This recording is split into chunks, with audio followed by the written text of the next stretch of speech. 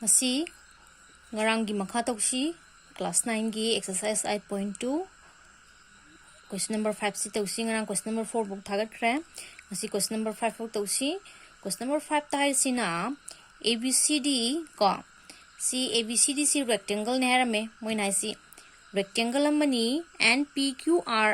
s sina are midpoints of sides ab bc cd and da respectively ko so that the quadrilateral PQRS is a rhombus nena prove to habani yang asi ko yega rectangle am nare any rectangle ABCD sigi rectangle sigi PQRS PQRSC midpoints of si side sing sigi nena respectively moina harame hujik sigi side sigi point sing join tawsi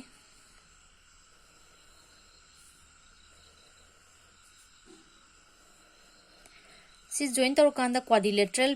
PQRS anam phangi ko sigi PQRS se akoina rhombus ni habsine prove tawtuisi adoi ta de khoini yengsi hujik si AC join tawsi diagonal BD su join tawsi AC ke BD ke diagonal si join taw matamda koina phangi C oran P ga Q ga C AB amasung BC gi midpoint oibanina PQ haiba C gi side C ke dawge bu half of AC tagani ngai ko triangle ABC de yengba yengo triangle ABC yengse C gi side C khanjala se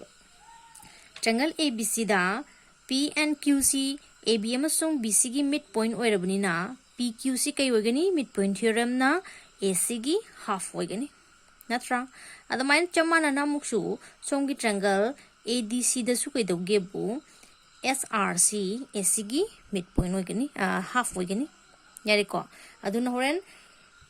SR su AC gi half ni PQ su AC gi half ni na SR ga PQ go ji sangma manarani adamai namuksu somda BDC na khalakanda si triangle si somgi sengsi sigi triangle sida RQC kai woni QRC kai oigani half of BD oigani natra adai di si triangle sida musyango si triangle sida su yenga kanda kai dawge bu SPG kai were BD gi half oigani yeko adoi dadi si ga SR ga QR ga sumana ne hujik sigi opposite side sing jidi manai na phange hujik koina rhombus ne har ga di side mari jima selo sangman dong natra adoi di musyango si rectangle ne harambani na AC ga BD ga ji sangwa mane diagonals of rectangle di equal oidena aduna AC ga BD ga sangmana raga di aikoi ne kai dore si ga side mari si sangmane en horen phangakane ai ko maina di side mari mak sangmana radi kai rhombus oire ai ko dia thasi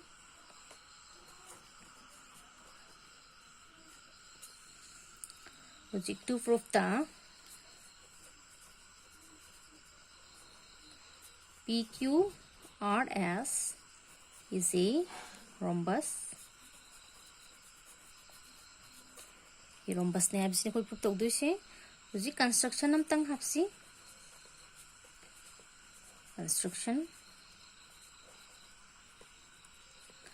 construction दा hub तो इसे कोई ना AC का BD का joint हो गया को AC and BD are joined.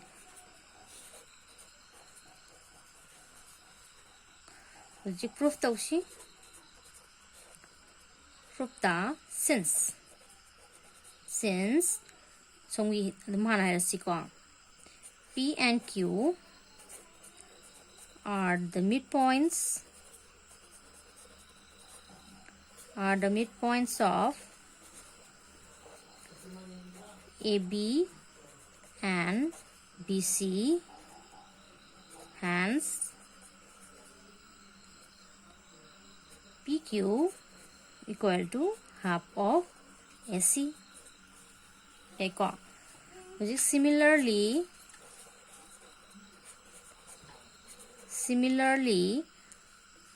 RS is equal to half of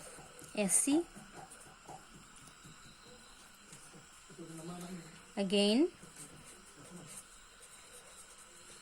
since zik BD gi musing si adu di ngo siga leire ko adu sida amtang hapa musare, that is haibadi si PQ so habo besini RS so habo besini, that is equina PQ equal to RS si phange sida dumi thome are ko zik again sida since kedore kari BD gi dekhalasi Q and R midpoints of BC and CD, BC and CD, hence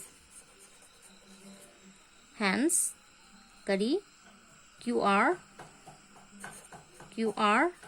equal to half of BD ko singsi similarly chamana na PS sisu kai organi half of BD organi aba, that is kari sisu QR equal to PS manarani opposite sizing sang manare ko udi uji opposite sizing sang manare mathang dai khoina tawduisi side mari mak sang mane habasi amu proof tawduini side ani ni opposite sizing di sang manare mari mak side mana la sebo ko adu idi amu yengo akoi diagonals of rectangle ke doi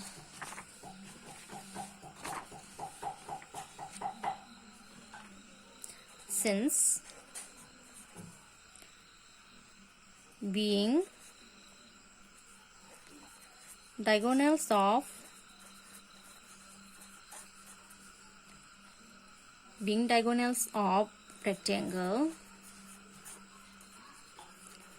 rectangle AC equal to BD managani natra AC ga BD ga manaragadi, hence koi kari phange PQ equal to QR equal to RS equal to SP si manare, therefore PQRS is a rhombus. Eko so koi proof tawre ko hojik mathangi question yengsi ko mathangi question number 6 da harisina ABCD is a trapezium in which AB parallel to CD. Exi trapezium am exi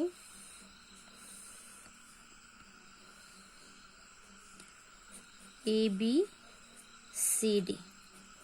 AB ga CD ga parallel web trapezium jida ko simba trapezium am lere BD na diagonal oire BD diagonal am join torosi mathang da haisi E is the midpoint of AD gi midpoint E habam lere mathang da a line drawn through E parallel to AB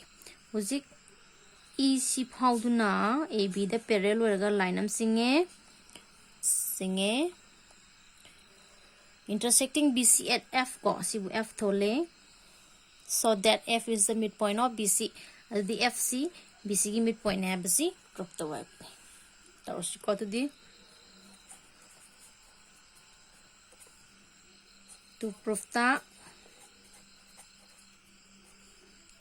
F is the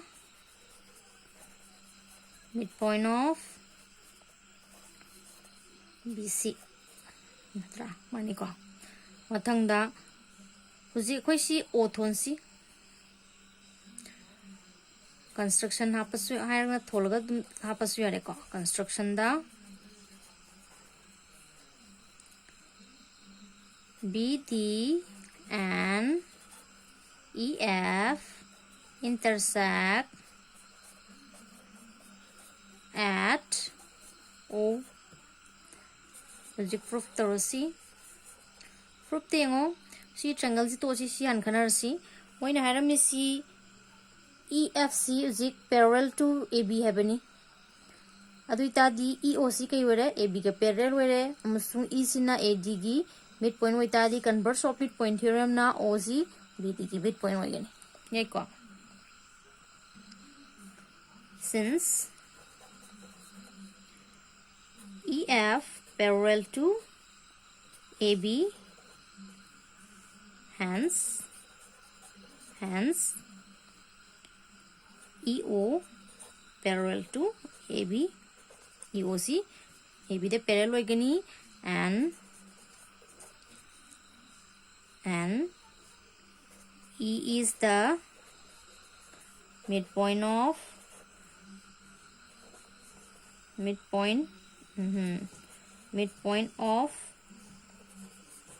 midpoint of kadi edi uzik si parallel bina si parallel ore si and si tongan ba poni ko si parallel bina si parallel pani amusung is in a midpoint ore adu di therefore kay tare by converse of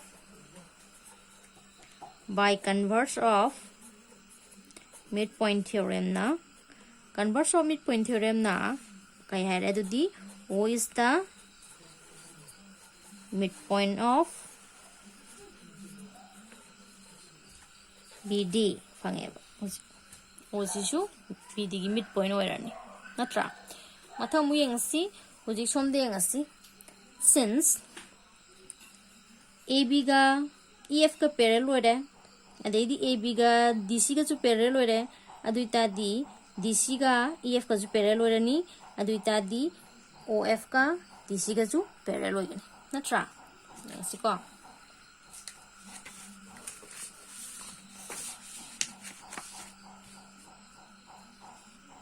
since AB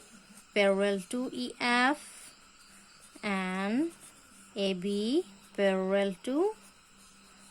CD implies that adudi kay phange adudi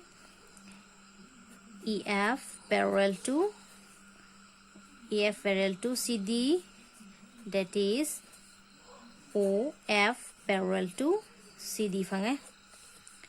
natra CD were neba and amuk kedaura O is the midpoint of karino BD ni na si triangle sida kay taure duita di FC, hence F is the midpoint of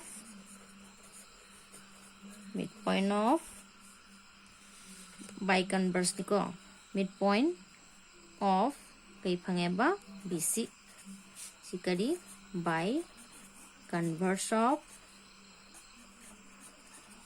midpoint theorem yariko huzik sini ki proof tore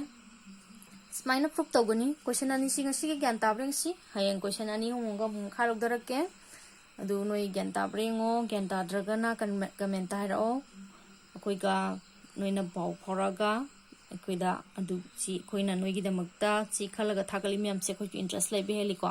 noina ga si tor uga haira kanda adu di masigi di sida lo shalasi. Thank you for watching. Bye bye.